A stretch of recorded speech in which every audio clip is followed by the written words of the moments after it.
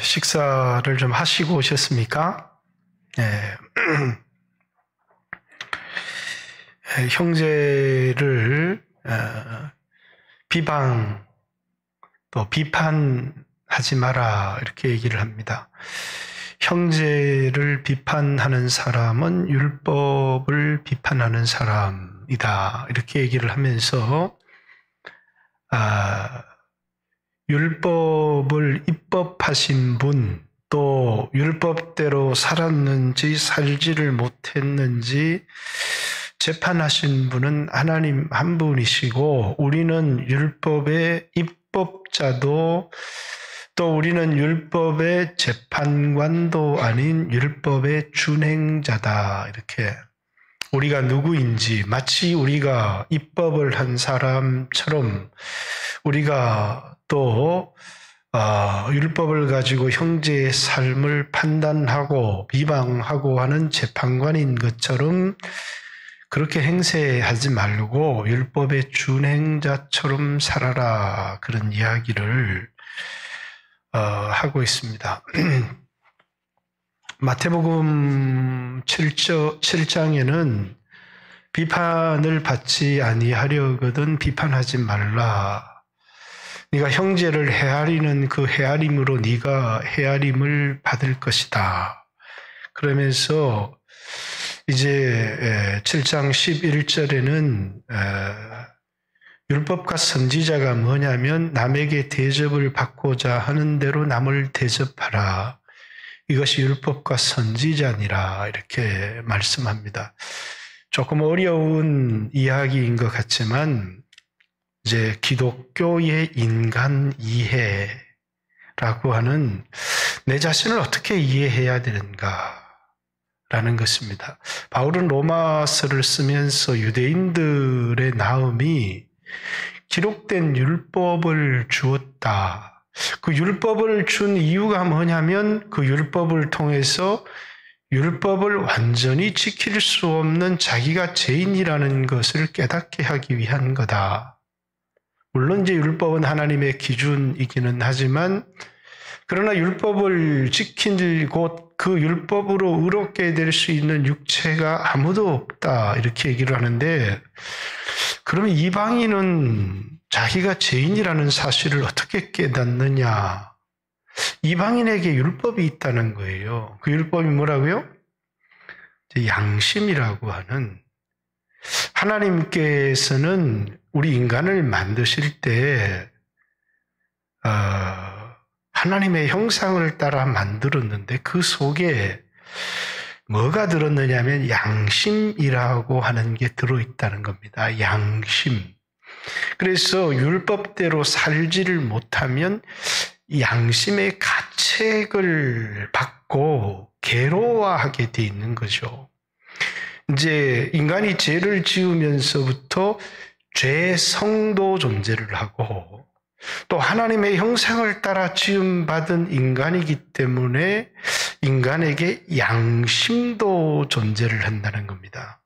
죄성을 따라 살기를 원하지만 그 죄성을 따라 살지 못하도록 우리 안에 마음껏 죄성을 따라 살지 못하도록 그것을 컨트롤하는 기관이 하나 있는데 그 양심이라는 거예요. 막 죄성을 따라 살면 너무너무 행복하고 즐거운 게 아니라 그 순간이 너무 좋더라도 집에 이렇게 돌아오는 순간에 양심이 너무 괴롭다는 겁니다. 그래서 인간에게는 죄성도 있지만 이 죄성이 없는 인간이 아무도 없습니다. 그러나 또 인간은 양심이 있습니다. 양심이 없는 인간도 아무도 없습니다. 만약에 인간에게서 양심을 제하여 버린다면 인간은 마음껏 죄성을 따라 살아가겠지만, 그러나 우리 인간 안에는 다 양심이 있습니다. 그래서 이제 우리 그리스도인들을 굉장히 괴롭게 하는 것이 있습니다. 죄성이 없으면 참 좋을 텐데 죄성도 있고, 또 예수 믿은 사람은 특별히 거듭난 사람들에게 세상 사람들보다 더한 게 뭐냐면 신앙적 양심이 생겨나기 시작했다는 거예요. 그래서 양심의 가책 또는 이런 죄책감이 생겨서 그 죄책감이 나로 하나님 앞에 나가서 이제 기도하고 뭘 달라고 하려고 하니까 이제 자꾸 속에서 이런 생각, 이 뻔뻔한 새끼야, 이런 생각이 자꾸 드는 겁니다. 그러면서 자꾸 양심의 가책을 느끼도록 그렇게 이제 인간이 만들어져 있다라는 것이죠. 그래서 여러분과 제 안에, 그렇죠, 우리는 도덕적 인간, 윤리적인 인간, 상당히 양심적인 사람으로 살고 싶지만 그래서 내가 얼마나 양심적인 사람인지를 세상에 보여주고 싶지만 남들에게 보여주지 못한 아주 양심적인 사람이고 싶지만 사람마다 그 약점 또 재성이 드러나는 부분들이 조금씩 다를 수는 있지만 누구에게나 약한 부분들이 있고 그것이 드러나는 죄성이 있다는 겁니다. 그렇기 때문에 이제 여러분과 저로 하여금 우리는 완벽하게 산 하나님처럼 다른 사람을 정죄하거나 판단하거나 비방하거나 특별히 남을 비방함을 통하여서 나는 그렇게 살지 않은 거룩한 사람인 것처럼 행동할 권한이 우리에게 없다는 거예요.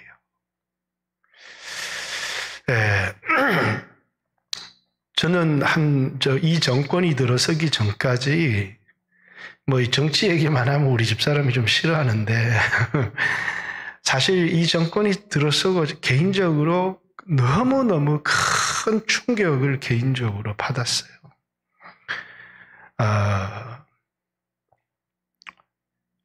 이 노회찬이라고 하는 정치인이 자살을 했습니다. 그 사람이 아파트에 뛰어내려서 탁 자살을 할 때 이런 생각을 했습니다. 누가 저 사람을 비방하는지 잘 봐야 되겠다. 그 사람을 비방할 수 있는 사람이 있다면 진짜 죄가 없는 도덕성으로 산 사람이거나 아니면 정말 양심이 마비된 나쁜 놈이다. 왜냐하면 자기 개인적인 삶이 굉장히 빈쿠했던 사람이고 이제 어떻게 정치를 하다 보니까 돈 4천만 원을 수수를 했는데 자기는 그렇지 않은 사람인 것처럼 막 세상에 떳떳하게 얘기했는데 그 죄가 드러나는 순간에 부끄러움을 감출 수가 없었어요. 그래서 이제 그 양심 때문에 그냥 자살로서 국민들에게 이제 자신을 보여준 건데 도대체 이 세상에 그 사람을 나쁜 놈이다 이렇게 얘기할 수 있는 사람이 이 세상에 얼마나 많이 있을까라는 거죠. 그러니까 그 사람이 4천만 원이라는 돈을 수수한 것은 분명한 사실이지만 그것에 대하여 비난할 수 있는 정도로 깨끗하게 이 세상에 산 정치인이나 국민들이 도대체 얼마나 있느냐는 거죠. 그렇기 때문에 이제 노회찬이라는 사람이 죄가 전혀 없다. 그게 아니라 4천만 원을 수수했습니다. 그러나 그 사람은 많은 사람들에게 뭘 받아요? 존경을 받는다는 거예요. 왜? 그래도 굉장히 양심적이었다는 거죠. 굉장히 양심적 사람이었다라는 것을 그 사람이 4천만 원을 수수했지만 굉장히 양심적인 정치인, 나름대로 그 사람이 권력을 가지고 그 권력을 맘대로 휘두를 수 있었는데 그 권력을 맘대로 휘두르지 못하도록 그 사람을 컨트롤하는 그 힘이 그 안에 최소한의 어떤 양심이 작동했다는 것을 사람들은 아는 겁니다. 그래서 뭡니까? 좋은 정치인이었다라는 것에 대하여 별로 이 사회가 그것에 대한 의문을 제기하지 않습니다. 4천만 원을 받은 게 분명한 사실이었지만 그 사람은 얼마든지 더 큰 죄로 나갈 수 있었지만 그 사람의 죄성을 컨트롤하는 양심이 그 사람 안에 살아 있었다. 이런 이제 결론 때문에 많은 사람들이 그 사람을 좋은 정치인이었다. 이렇게 생각을 하는 거죠. 물론 저도 똑같은 생각을 합니다. 저보다도 나은 사람이었겠구나. 이런 생각도 해요. 왜? 그 사람의 재성을, 그 사람이 무슨 좋은 아파트에 부를 누리기 위해서 그런 것도 아니었고, 그렇기 때문에 좋은 정치인이었다. 이런 양심이 작동하는 사람이었다. 이렇게. 박원순 시장 때문에 이제 재보궐선거가 얼마 안 남았죠. 그 사람이 자살을 했습니다. 물어보고 싶습니다. 막 다른 사람들이 나쁜 놈이라고 그래가지고 억울해서 자살을 한 걸까요? 아니면 양심이 괴로워서 자살을 한 걸까요? 아니면 자신의 그 이중적 모습이 드러나서 부끄러움을 이길 수 없어서 자살을 한 걸까요? 저는 우리 국민들 중에서 박원순이라는 사람을 정말 나쁜 놈이다 이렇게 비난할 수 있는 사람은 안 많다고 생각해요. 근데 문제는 뭐냐면 그 이후에 정치인들이 박원순이는 성범죄를 지은 적이 없다 이렇게 부인하는 것 때문에 도대체 이게 뭐지? 라고 하는, 이 사람이 참 부끄러워서 재성을 가진 인간으로서 그렇잖아요. 우리가 보면 남겨놓은 재산이 마이너스 7억이다. 그럼 이 정도쯤 되면 괜찮은 정치인이다. 이렇게 생각할 수 있는데 이 사람이 죽은 건 참 괴로워서 죽었겠구나. 아니면 너무너무 부끄러움을 이길 수가 없어서 굉장히 자기는 인권 변호사인 것처럼 행동을 하다가 막상 가장 인권을 무시한 사람처럼 드러나니까 그게 그 사람은 인권을 원하지 않았던 사람이다. 이런 게 아니에요. 그 사람은 인권을 원하는 마음이 있었고, 그러나 뭡니까? 자기 안에 그 죄성도 있었고, 이 두 가지 다가 인간 안에 공존하는 거예요.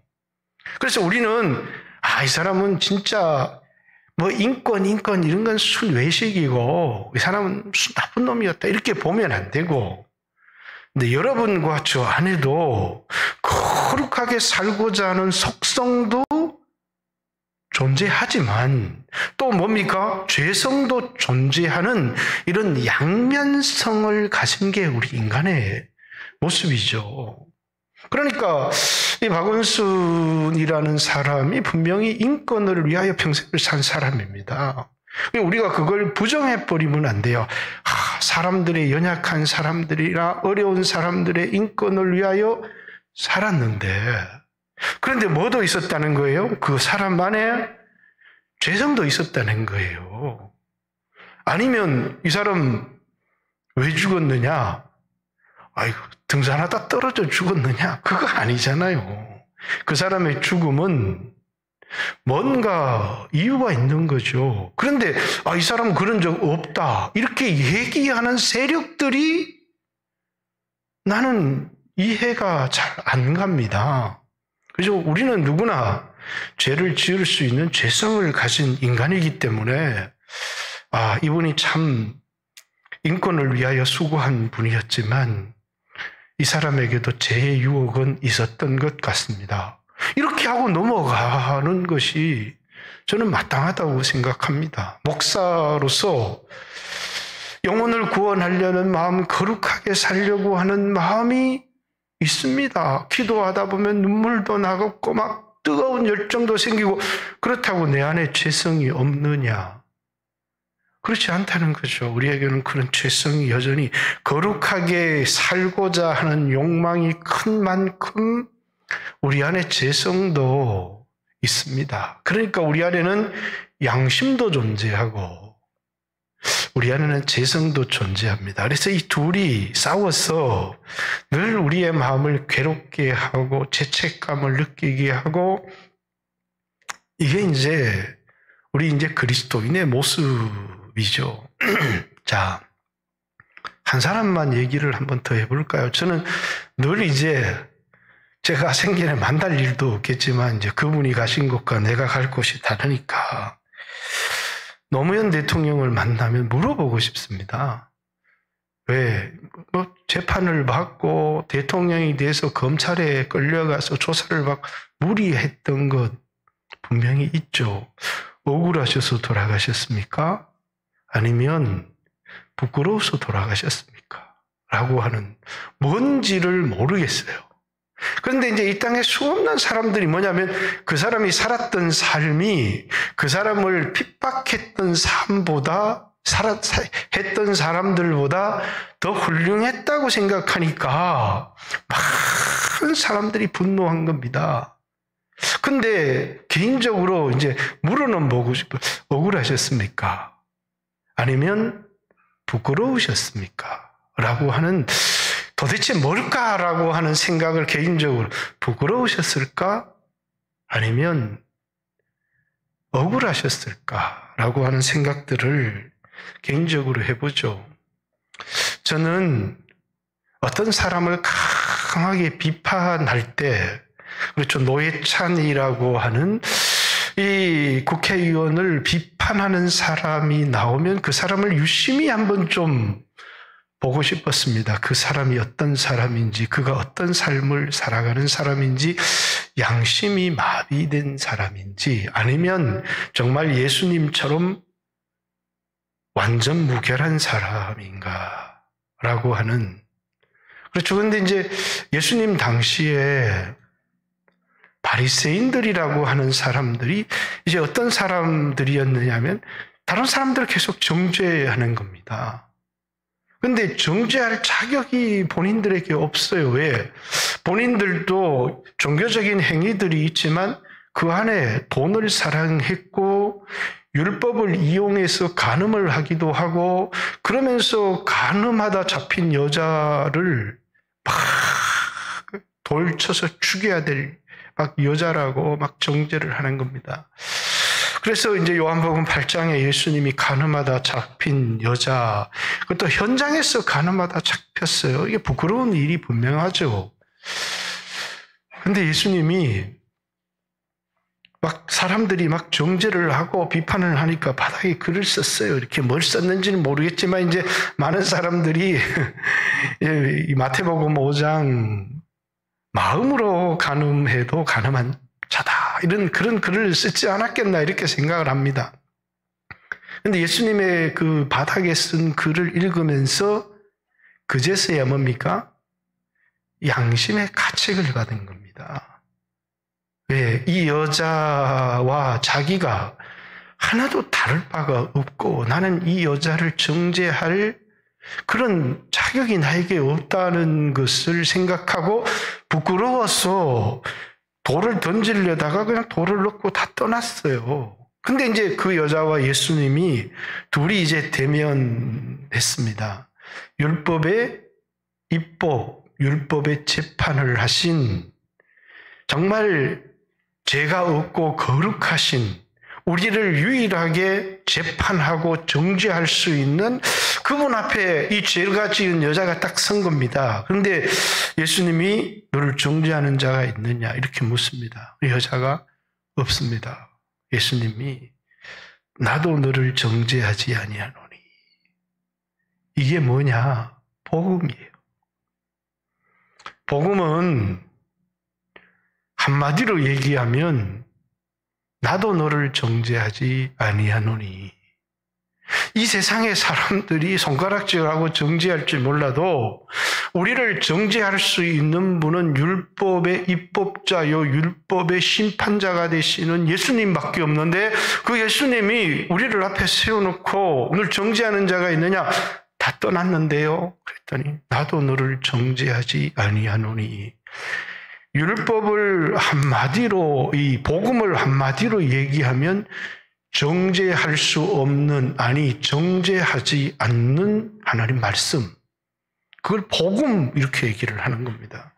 그래서 로마서 8장에는 이제 1절부터는 생명과 이제 죄와 사망의 법, 이걸 율법 이렇게 얘기를 하고, 이제 성령의 법을 이제 생명과 이제 이 진리의 법이라고 이렇게 얘기를 합니다. 그러면서 로마서 8장 32절부터 가면 이 복음이 우리를 정죄하지 않는다. 우리를 위하여 죽으셨을 뿐만 아니라 다시 살아나신 이가 그리스도 예수신데 누가 너희를 고발하더냐? 누가 너희를 정죄하더냐? 이렇게 이 세상에 그 누구도 우리를 정죄할 수 없다. 죽으셨을 뿐만 아니라 우리를 위해서 다시 살아나신 이가 그리스도 예수신데 도대체 누가 예수님 핏값 주고 산 사람을 정죄할 수 있느냐? 이렇게. 그렇죠? 우리는 예수 믿은 사람들은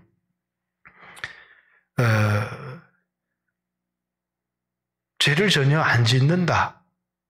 그럼 정죄를 받을 일이 없겠지만 죄를 짓고 살아요. 왜? 양심도 있지만 죄성도 있거든요.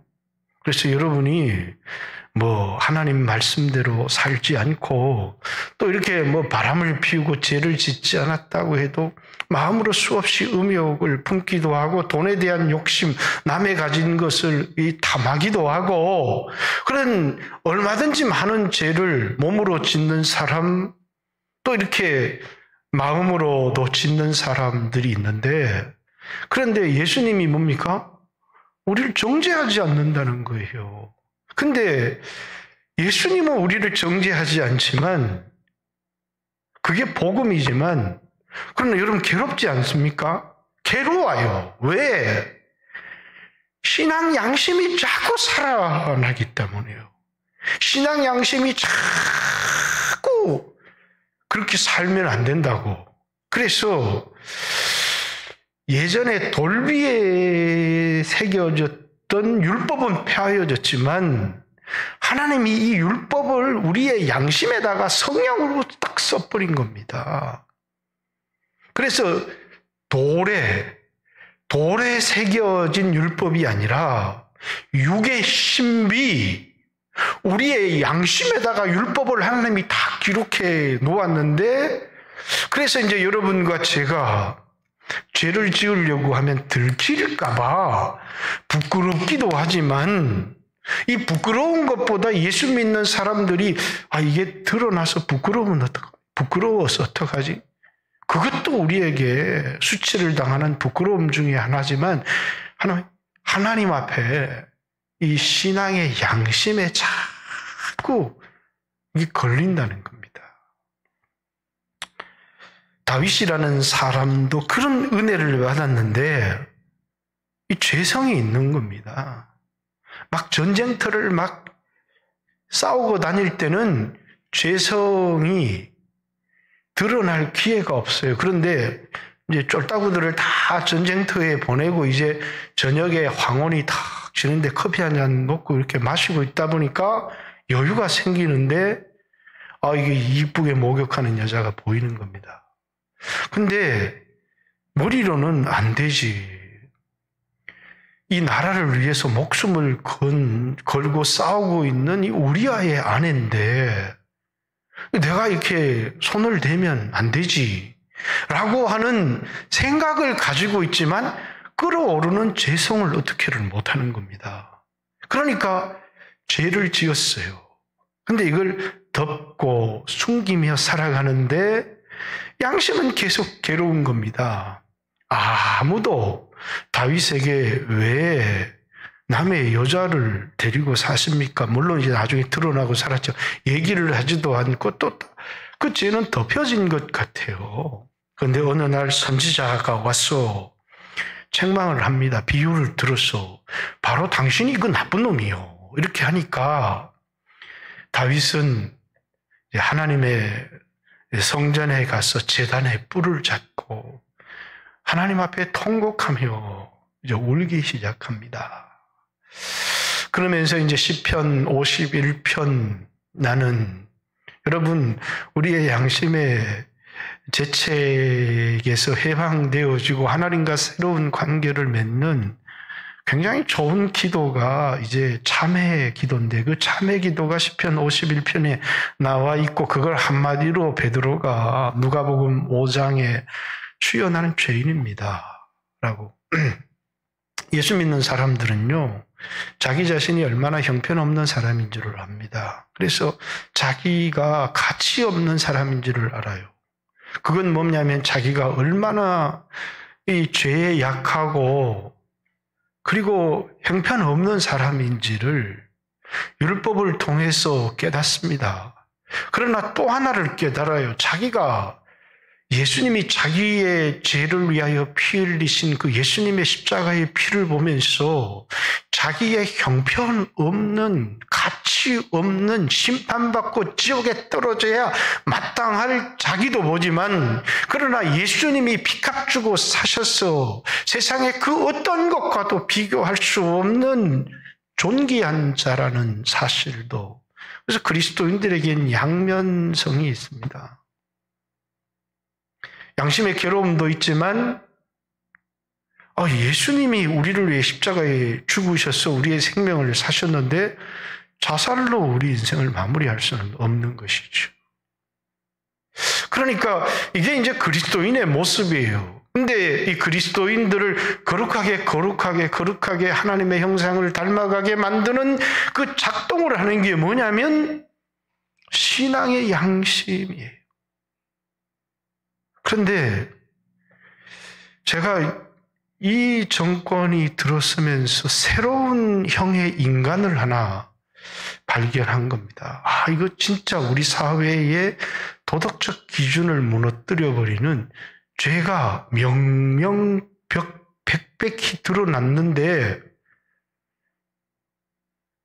죄가 아니라고 얘기를 하는 겁니다. 그리고 너무 당당하게 검찰 개혁에 무슨 순교자처럼 행동하는 사람을 보면서 이 뭐냐면 이게 양심이 없는 사람일까?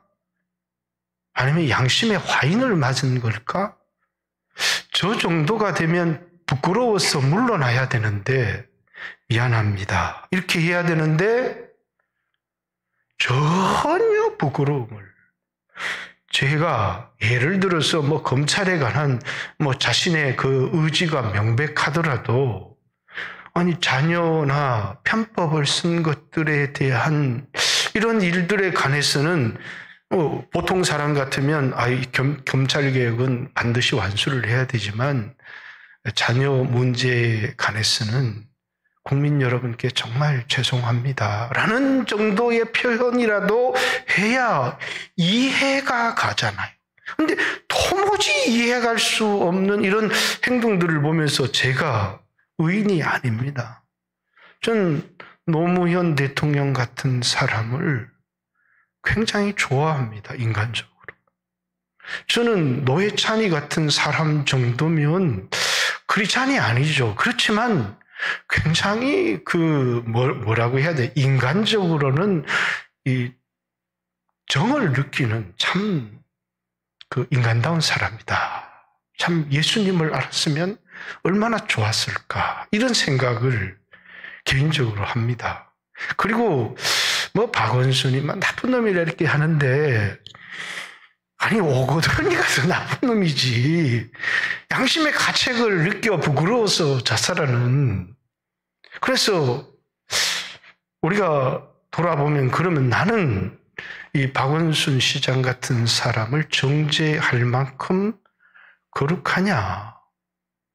난 정죄할 권리가 없어요. 왜? 나도 그와 같은 죄인이고, 그래서 이런 사람을 보면서 참 인간의 모습이 이렇고, 할 수만 있다면 죄성인 옛사람을 십자가에 못 박아버리고 양심대로 살아야 되겠구나. 이런 생각을 하지만 그게 사람 마음대로 되는 게 아니잖아요. 그러니까 여러분과 저도 이 사람들과 똑같은 사람이라는 거예요. 그런데 뭐는 최소한 작동을 해야 되느냐면 하나님이 우리에게 소망을 가지고 기대를 가지고 있는 것은 우리 안에 있는 뭐라고요? 하나님의 형상인 신앙적 양심에 우리에 대한 기대를 가지고 있는 거죠. 신앙적 양심이 없다. 아니면 양심이 완전히 화인을 맞아서 더 이상 그 양심이 이 사람의 죄성을 컨트롤하지 못한다. 그러면 그 사람에게 기대할 수 있는 게 아무것도 없는 것이죠. 그러니까 여러분 이렇게 말씀을 자꾸 들으면 뭐가 살아나느냐 하면 신앙의 양심이 힘을 얻고 살아나는 것입니다. 그러나 세상의 죄악에 자꾸 빠지면 신앙의 양심은 무디어지고 이렇게 생각하죠. 뭐 나만 그런가?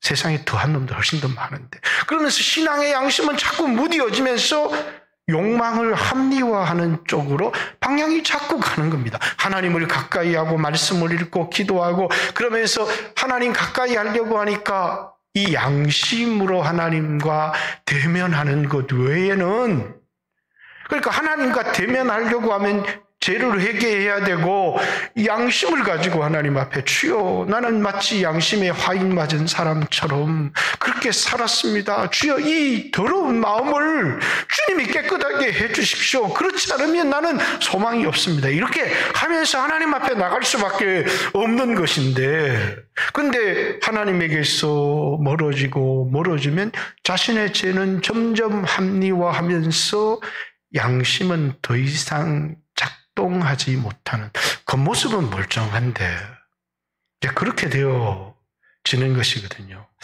그런데 하나님께서 우리 각 사람을 이제 판단을 하실 때 여기 이제 형제를 비판하지 마라 이런 얘기를 한 것은 우리 자신이 그런 비판할 자격도 되지 않고 하나님이 신앙의 사람들마다 어떤 한 기준을 가지고 이 기준에 넘어서는 사람, 기준에 못하는 사람 이런 게 아니라 이 조국이 같은 사람도 죄송합니다. 성령을 주시고 하나님이 은혜를 주시면 갑자기 새로운 사람으로 바뀌어져 버린다는 거예요. 이것이 은혜가 사람을 바꾸는 의외의 성입니다. 이런 설교에 이런 표현을 해도 되는지 모르지만 사실 개인적으로 굉장히 충격을 받았습니다. 왜냐하면 이 공산주의 사상이라는 게 그렇거든요. 문화혁명 때 우리는 이제 피가 물보다 진하다 이렇게 생각하는데 이제 기독교도 우리에게 이제 주님의 제자로서 살아가면 부모나 형제나 자매나 친척 그것을 원수가 될 수도 있고 말씀을 따라서 살아야 된다 이렇게 가르치지만, 그렇다고 부모를 이렇게 우리가 주님의 말씀을 따르라 그러지 부모를 죽이라고 하지 않습니다. 그런데 문화혁명은 젊은이들에게 축창을 들려서 네 사상을 증명하라고 했습니다. 그래서 뭐냐면 부모를 자기를 길러준 부모를 축창으로 찌르고 온 사람만이 사상의 검증을 받았다는 거예요. 얼마나 이게 사람의 양심을 죽여버리는, 공산주의가 들어가는 곳마다 캄보디아도 뭡니까 300만, 중국의 문화혁명 얼마나 많은 사람들을 죽였습니다. 그 무서운 사상이. 우리 사회도 이제 범죄도 끔찍한 범죄들이 굉장히 많이 나타나지만 어느 순간 부끄럽다고 얘기하지 않는 뻔뻔한 사람들이 충격을 가져다 주는 겁니다. 죄를 지을 수 있습니다. 그리고 그것이 드러날 수 있습니다. 근데 부끄러워해야 되는데 자기의 죄가 드러났음에도 불구하고 부끄러움을 알지 못하는 사람들. 또 하나 무서운 사람들이 있습니다. 자신은 마치 거룩한 사람인 것처럼 남을 비판하고 판단하고 정지하고. 그래서 너무너무 충격적인 게 뭐냐면 다른 사람은 나쁜 놈이고 자신들에게는 투사인 것처럼 행동하는 정치인들 또 충격이고, 죄가 드러났음에도 불구하고 그것을 시인하지 않는 사람들이 정치계에서도 범죄계에서도 저 개인적으로는 굉장히 큰 충격. 그러면서 내가 어떤 죄가 성도들에게 드러나면 내가 이런 행동이 가능할까? 라고 하는 생각을 해봅니다. 이런 행동이 가능할까? 제가 그렇게 막 양심적이고 훌륭한 사람이다 이렇게 생각하지도 않지만 그런 행동은 저에게서는 불가능한 것이죠. 여러분들은 어떻습니까? 여러분들은 거룩하게 살고자 하는 열망이 있습니까? 주님을 위해서 살고자 하는 열망이 있습니까? 정도는 차이가 있지만 저는 여러분에게 있다고 믿습니다. 또 하나, 여러분에게 죄에 대한 욕망이 있습니까?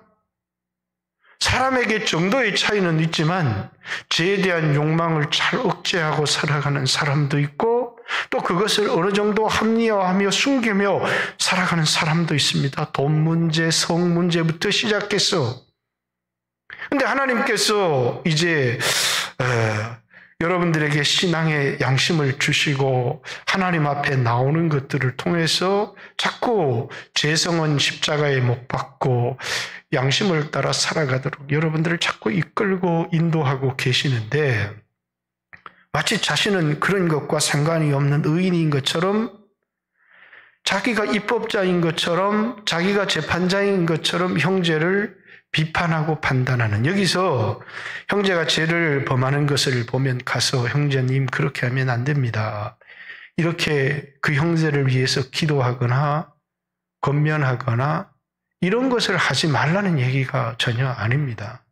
비난한다, 판단한다라는 얘기는 목적이 뚜렷한 겁니다. 그 목적이 뭐냐면 나는 그렇게 하지 않는 자신의 의를 드러내기 위해 상대방의 죄를 들추어 공격하는 행위를 비판, 판단 이렇게 얘기를 합니다.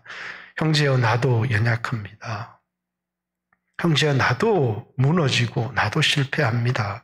그러나 주님은 우리를 용서해 주시고 다시 일어나기를 원합니다. 형제의 이런 모습은 분명히 실수하고 잘못된 모습이기 때문에 이런 모습을 고쳤으면 좋겠습니다. 라고 우리는 얼마든지 권면할 수 있고 그것을 분노로 하는 것이 아니라 사랑 안에서 참된 것을 하여 이렇게 사랑 안에서 진리를 이렇게 말하는 것, 그리고 우리 안에 이것이 드러나지 않을 때도 우리에게 어떤 사건들을 통해서 하나님이 그걸 지적해 주실 때가 있습니다.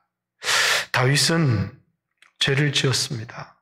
그런데 시므이가 다윗을 막 저주하고 아들에게 쫓겨서 요단을 건너는 다윗에게 찾아와서 막 욕을 하는 겁니다.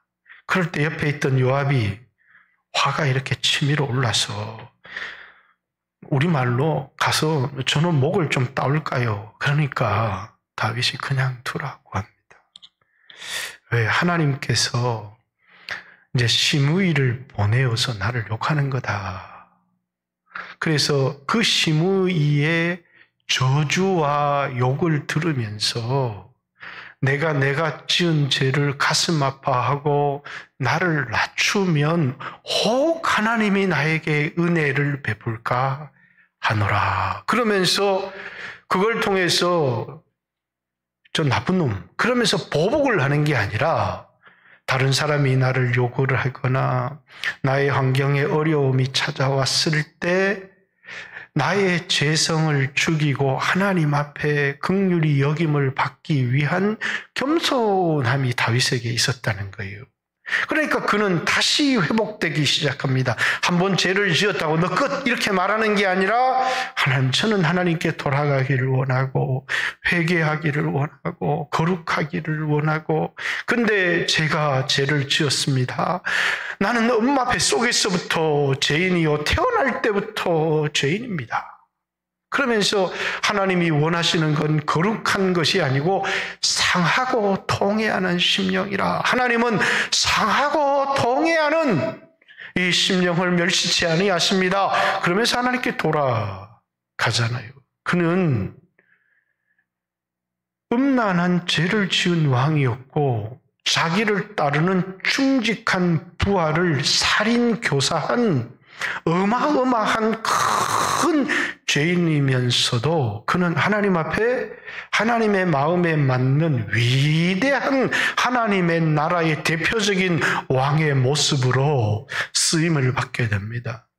다윗이 위대했던 건 죄를 짓지 않았기 때문이 아니고 다윗이 위대했던 건 회개를 할 줄 알았기 때문이고 하나님이 그를 징계하고 그를 치실 때 겸손히 그것을 받아서 변화되어졌기 때문에 다윗이 위대했던 겁니다.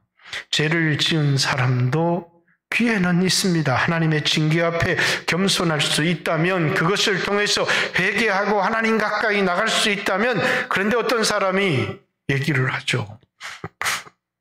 저도 이렇게 이제 설교를 하고 가면 집에 들어가면 집사람이 오늘 정말 수고 많이 했다면서 맛있는 것도 사주고 하면 막 그날 너무 기분이 좋지만 설교가 있다 이러해서 이렇게 해서 막 얘기를 합니다. 그러면 막 우리 집사람한테 화를 좀 내고 싶은 마음이 들 때가 있습니다. 그러나 되도록이면 말을 안 하려고 합니다. 왜?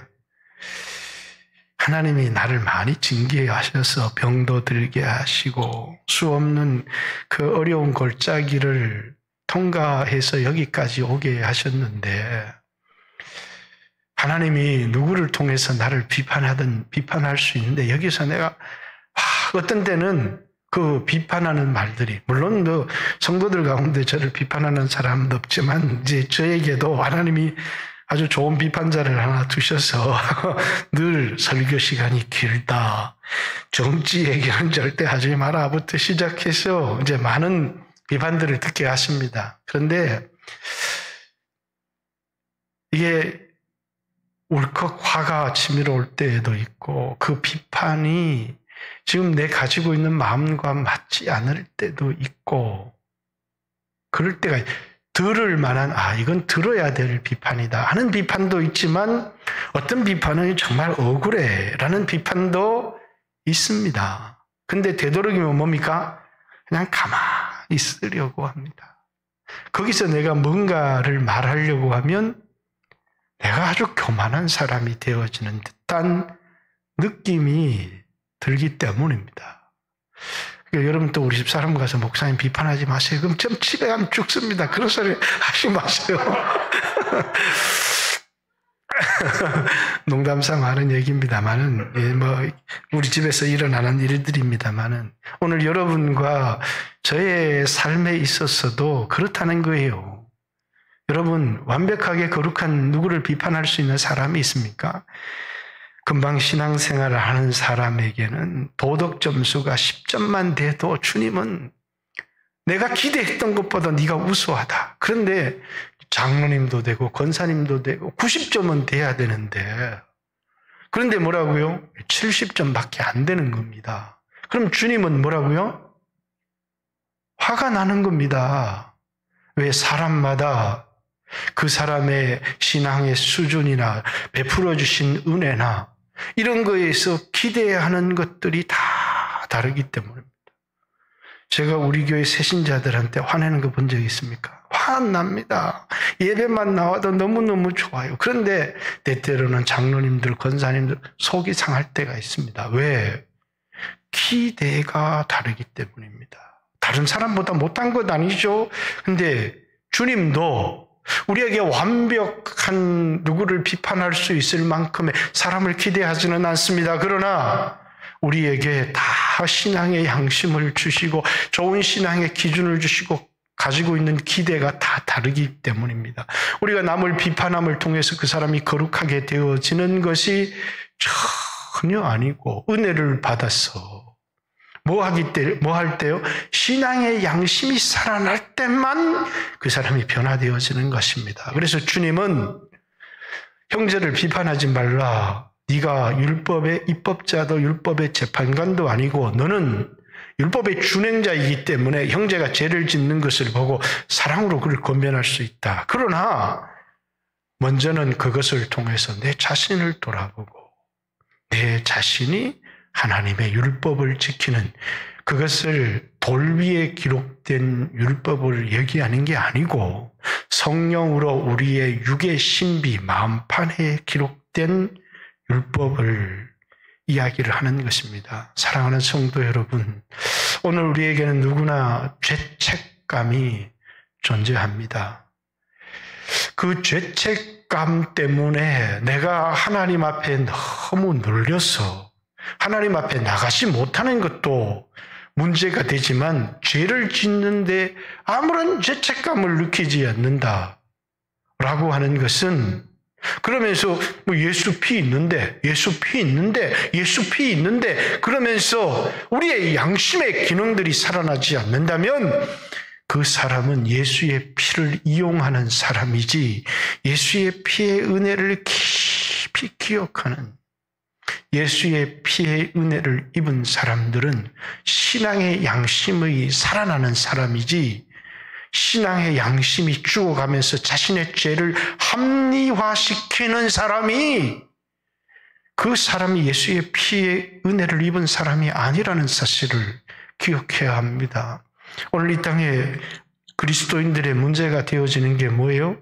신앙의 양심은 죽어가면서 예수의 피로 자신의 죄를 합리화하며 살아가고 있다면 오늘 우리에게 신앙적 위기가 오고 있는 것이라는 사실을 기억해야 되고, 예수님의 피를 의지할 때마다 예수님이 죄 때문에 이렇게 나를 위하여 죽으셨는데, 인격적인 예수님이 나에게 기대하는 삶이 무엇인지를 생각해야 되는데, 예수님을 인격적으로, 예수님의 피가 나에게 기대하는 그분의 인격성 음성을 들으려고 하지 않고 그것을 이용해서 내 죄를 합리화하려고 하는 그런 잘못된 신앙에 빠지는, 마치 니골라당이 빠졌던 오류에 빠지는 그리스도인들이 아무도 없기를 바라고, 또 함부로 교회 안에서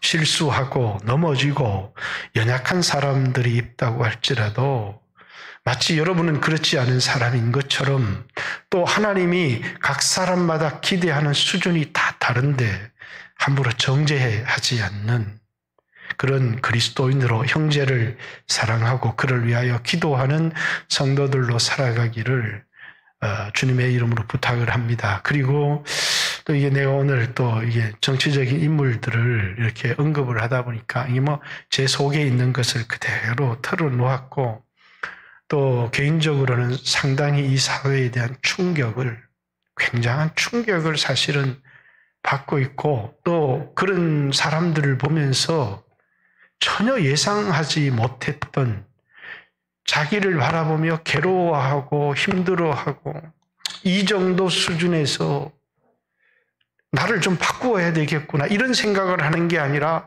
자신의 죄는 덮어버리면서 마치 자신을 투사로 만들어가는 사람들을 바라보면서 개인적인 절망, 이 사회가 참 절망스럽구나라는 그런 생각을 해봅니다. 하나님 다시 이 땅에 하나님 은혜를 좀 회복시켜 주십시오라고 하는 그런 기대를 하고, 여러분들도 설교를 듣다 보면 저하고 정치적인 견해를 달리하는 사람들이 있겠지만 정치적인 문제는 좀 덮어두고라도 하나님 말씀 앞에 우리 자신을 좀 깊이 돌아보고 회개하고 형제를 정죄하지 않고 율법의 판단자가 되지 않고 율법의 실행자로서 여러분과 제가 살아가기를 주님의 이름으로 간곡히 부탁하고 권면합니다. 같이 한번 주여